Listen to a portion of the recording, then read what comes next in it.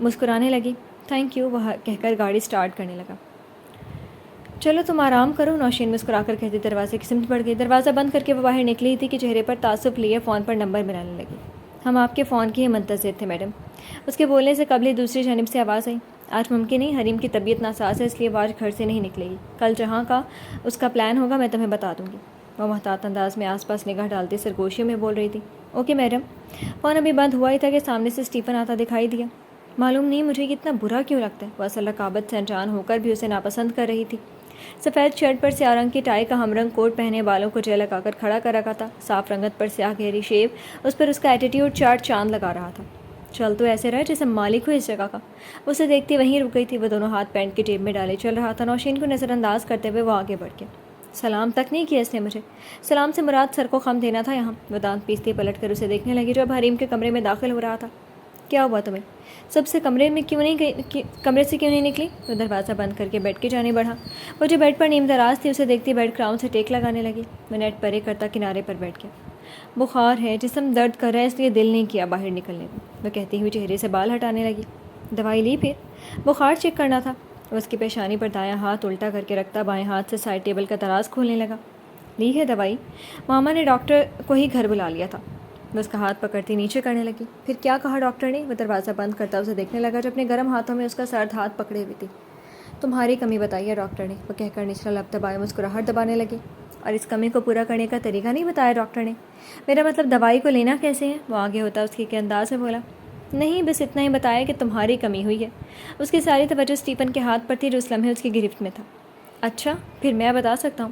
شادی کا کیا ارادہ ہے تمہارا حریم؟ وہ چہرے پر سنجیدگی لیے اسے دیکھنے لگا۔ یہ ناول آپ کتاب نگری یوٹیوب چینل پر پڑھ اور سن رہے ہیں۔ تم جب کہو، اس نے تیزی سے نگاہ اٹھا کر اسے دیکھا۔ تو پھر ٹھیک ہے، مجھے ایک دن کی چھٹی چاہیے، گھر جانا ہے کسی کام سے۔ میلن میں ہے نا گھر تمہارا؟ وہ پرسوچ انداز میں بولی۔ ہاں، اور میں سوچ رہا ہوں پھر شادی کے بارے میں بھی کچھ سوچیں، وہ بولتا ہوا دھیرے سے مسکرایا۔ ایک سے زیادہ نہ ہوں، آج چلے جاؤ اور کل رات سے پہلے واپس آ جانا۔ نہ جانے کہ اس کی گرفت اسٹیفن کے ہاتھ پر پہلے سے زیادہ مضبوط ہو گئی۔ اوکے ڈن، ابھی کچھ دیر میرے پاس بیٹھو، باتیں کرنی ہے مجھے تم سے۔ وہ آگے ہوتے اس کے لیے جگہ بنانے لگی۔ وہ اٹھ کر بیڈ کراؤن سے ٹیک لگا کر بیٹھ گیا۔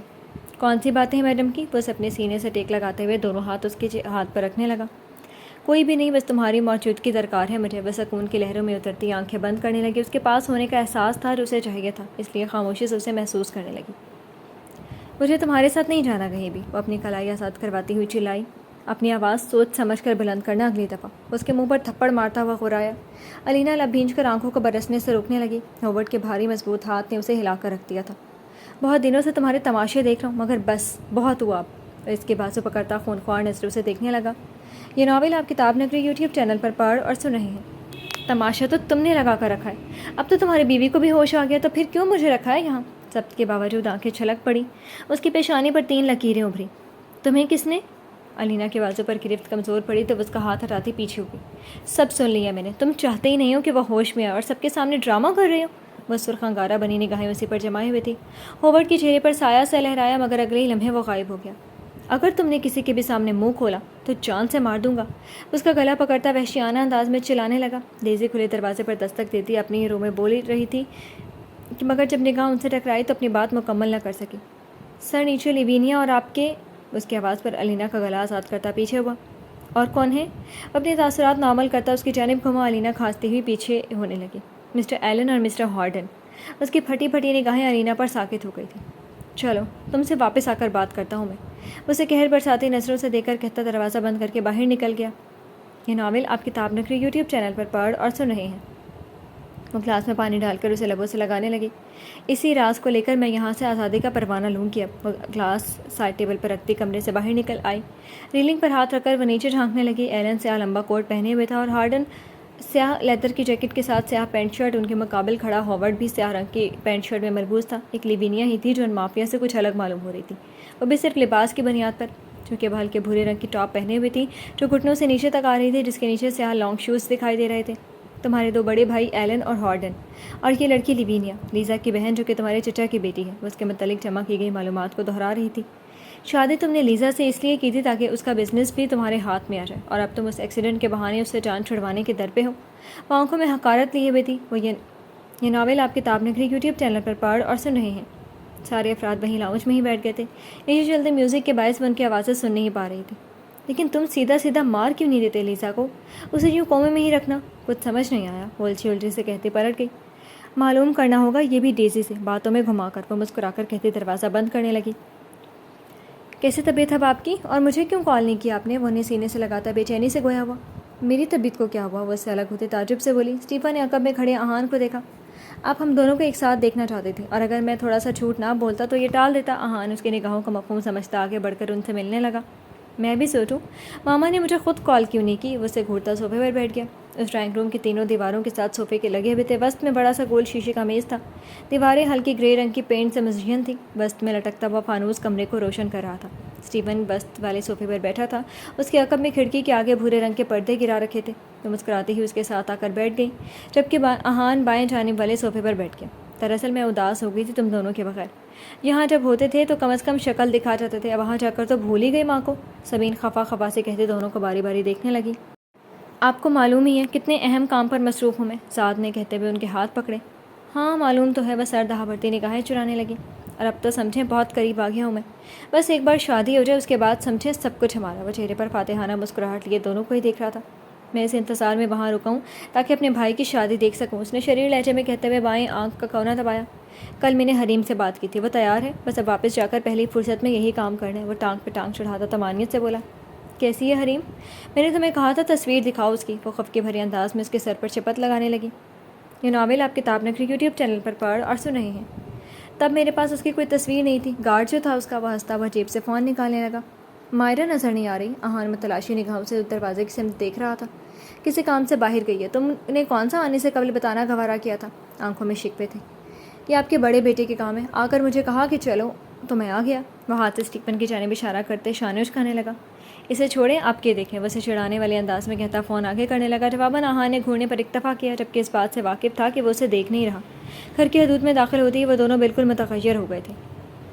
ڈیزی ایک بات مجھے سمجھ نہیں آ رہی. اگر ہوورڈ کو لیزا اتنی ناپسند ہے تو پھر اسے چھوڑ کیوں نہیں دیتا؟ وہ الجھی الجھی سے اسے دیکھنے لگی. ڈیزی نے محتاط انداز میں پلٹ کر دروازے کو دیکھا جو بند تھا. اگر چھوڑ دیا تو سب واپس چلا جائے گا جو شادی کے وقت انہیں ملا. اس نے کافی کا سپ لیتے ہوئے آگاہ کیا. تو ایسے لوگوں کے لیے کسی کو مارنا بڑی بات تو نہیں؟ علینا اپنے مگ کو دیکھتی ہوئی بولی. ان کے چچا کی بیٹی تو ہے لیزا. اگر ہوورڈ نے کسی کو ہائر کر کے لیزا کو مروا بھی دیا تو انہیں معلوم ہو جائے گا اور اس کے بعد وہ ہوورڈ کو نہیں چھیڑے گی. اصل بات معلوم ہونے پر وہ مسکراتی ہوئی سر اس بات میں ہلانے لگی. اوہ تو مطلب یہ ہوورڈ اپنے سسرال والوں سے ڈرتا ہے بس. اس کا چہرہ کھل اٹھا تھا اس بات پر. ہاں ایسا ہی سمجھ رہو تم. بس دھیان کرنا کوئی بات منہ سے نہ نکلے ورنہ مجھ سے پہلے ہوورڈ سے اڑے تمہیں اوپر پہنچا دینا. اپنے راز پر وہ کچھ بھی برداشت نہیں کرتے. اس کے اشارے پر ہاتھ رکھتی تنبیہ کرنے لگی. ہوورڈ کا راز؟ ہاں ہاں تم بے فکر ہو. میں نے ایسی باتیں اس کے سامنے کیوں کرنی ہیں؟ آج کل فون نہیں کرنا تم نے؟ اس نے پینٹ کی جیب سے فون نکال کر پیش کیا. نہیں آج کوئی خاص موڈ نہیں ہے. روز کیا بات کرنی؟ وہ بے دلی سے کہتی کھڑی ہو گئی. ڈیزی بھی اس کے خفیہ فون سے انجان تھی اس لیے ترس کھا کر اپنا فون دے دیا کرتی تھی. اچھا چلو ٹھیک ہے. میں پھر جا کر کوک کو دیکھوں کیا بنا رہا ہے آج. وہ فون واپس جیب میں رکھتی کھڑی ہو گئی. میرے لیے برگر آرڈر کر دو. بہت دل کر ہے. اسے جاتے دے کر علینا نے پلٹ کر خواہش ظاہر کی. یہ ناول آپ کتاب نگری یوٹیوب چینل پر پڑھ اور سن رہے ہیں. ٹھیک ہے میں کر دیتی ہوں. وہ دروازہ کھول کر باہر نکل گئی. اسے باعث تم اسے مارنے کی بجائے کوما میں رکھ رہی ہو ہے نائس مسٹر ہوورڈ. وہ جیسے متاثر ہوئی تھی اس کی چالاکی سے. خیر اب یہاں سے جانے کا وقت آ چکا ہے. وہ ہاتھ پر بندی پونی اتار کر اپنے کھلے بالوں کو باندھنے لگی. کیا کام ہے تمہیں جو مجھے بلا رہی ہو صبح سے؟ وہ بگڑ کر کہتا اندر داخل ہوا. فرصت مل ہی گئی تمہیں آخر. وہ تنک کر کہتی پلٹی. اچھا تو تم کون سا اپنے سرہانے بیٹھنے دیتے ہو مجھے جو یوں شکوہ کر رہی ہو؟ وہ ہنکارا بھر کر اس کے مقابل آ رکا. مجھے اپنے گھر جانا ہوورڈ نوسٹرا. اس کی گرے آنکھوں میں آنکھیں ڈالتی نڈر سی بولی. وہ ہنستا ہوا بالوں میں ہاتھ پھیرنے لگا. میرا خیال ہے تم یہ بات بہت مرتبہ دہرا چکی ہو اور میرا جواب بھی سن چکی ہو. وہ شہادت کی انگلی ہونٹ پر رکھے پرسوچ انداز میں بولا. وہ اس کی سلور رنگ کی انگوٹھی سے نگاہ ہٹاتے چبا چبا کر بولنے لگی. تو ٹھیک ہے پھر میں سب کو بتا دوں گی کہ اب لیزا کو تم ہوش میں نہیں آنے دے رہے. اس نے بولتے ہوئے ہوورڈ کو سینے پر انگلی رکھی تو وہ اس کی جرت پر حیران رہ گیا. اس کے بعد تم زندہ کسی کو نظر نہیں آؤ گے؟ اس نے طمانیت سے کہتے ہوئے اسے خوفزدہ کرنا چاہا. ٹھیک ہے پھر ہم دونوں اپنے اپنے کام کرتے ہیں. بھلے تم مجھے مار دو گے مگر اس کے بعد میرے گھر والے بھی تمہیں یوں گھومنے نہیں دیں گے. وہ مقابلہ برابری پر لے آئی تھی. اس کے چہرے کا اطمینان کہیں ہوا ہو گیا. کس کو بتاؤں میں؟ ایلن نوسٹرا کو یا ہارڈن نوسٹرا کو یا پھر لیوینیا کو؟ کہتے کہتے لبوں پر چلانے والی مسکراہٹ رنگ گئی. منہ بند رکھو تم اپنا. وہ یہیں پر ہیں سب. اس نے تل ملاتے ہوئے علینا کے ہونٹوں پر اپنا ہاتھ رکھ دیا. اس کے چہرے پر خوف دیکھ کر علینا کا دل پرسکون ہو گیا. منہ بند رکھنے کی قیمت بہت معمولی سی ہے مسٹر ہاورڈ. اس کا ہاتھ ہٹاتے مدھم آواز میں بولی. کوئی پیسہ نہیں, کچھ نہیں, بس میری آزادی. وہ اس کے شانے سے اندیکھی گرد جھاڑ رہی تھی. وہ لب بھینچ کر اپنی کسی سوچ میں ڈوب گیا. میں تنگ آ چکی ہوں تمہارے اس گھر سے, اس قید سے اور تمہاری شکل سے, وہ ناگواری سے کہتی اسے دیکھنے لگی. مجھے اپنی زندگی میں اپنے گھر میں واپس جانا ہے. اب تم یہ بتا دو تمہاری گاڑی مجھے لے کر جائے گی یا میرے گھر سے گاڑی ہے؟ وہ فیصلہ کن انداز میں کہتی پیچھے ہوئی. ٹھیک ہے, ڈرائیور تمہیں چھوڑ آئے گا, لیکن اگر تم نے اس کے بعد منہ کھولا تو. وہ انگلی اٹھا کر تم بھی کرنے لگا. پھر میں کچھ بھی نہیں دیکھوں گا. وہ سلگتی نگاہوں سے اسے دیکھتا پلٹ گیا. دوسروں کو ڈرانے والا آج جب خود اس مرحلے میں آ کھڑا ہوا تو اسے برداشت نہیں ہو رہا تھا. تھینک گاڈ, مجھے یقین نہیں آ رہا, فائنلی میں بس یہاں سے جا رہی ہوں. وہ اسے نظروں سے اوجھل ہوتے دیکھ کر پرجوش انداز میں بولی. اپنے گھر واپس جاؤں گی, سب سے ملوں گی. وہ بیڈ پر گرتی سوچنے لگی. خوشی سے پھولیں نہیں سما رہی تھی. یہ ناول آپ کتاب نگری یوٹیوب چینل پر پڑھ اور سن رہے ہیں. اور پھر آہان کے ساتھ لانگ ڈرائیو پر. بولتے بولتے آنکھیں بھی مسکرانے لگیں. میں چینج کر لیتی ہوں جلدی سے کہ رف سی پینٹ شرٹ پہن کر نہیں جاؤں گی. وہ خود کلامی کرتی اٹھی اور جا کر الماری کھول کر کھڑی ہو گئی. پہلی بار وہ دلچسپی سے ان لباس کو دیکھ رہی تھی جو نہ جانے کب سے یہاں الماری میں ہینگ کیے ہوئے تھے. یہ بلیک اچھا لگے گا. وہ ڈینائم کی طرز پر بنی اس سیاہ رنگ کے لباس کو نکالتی ہوئی بڑبڑائی. آنکھوں میں ستائش تھی. بس یہی فائنل ہے. وہ الماری بند کر کے واش روم کی جانب بڑھ گئی. جی تو فرینڈز, کیسی لگی آپ کو آج کے ایپیسوڈ؟ کمنٹ سیکشن میں ضرور بتائیے گا. پھر حاضر ہوں گے ناول کے نیکسٹ ایپیسوڈ کے ساتھ. تب تک کے لیے اجازت دیجیے. شکریہ. اللہ حافظ.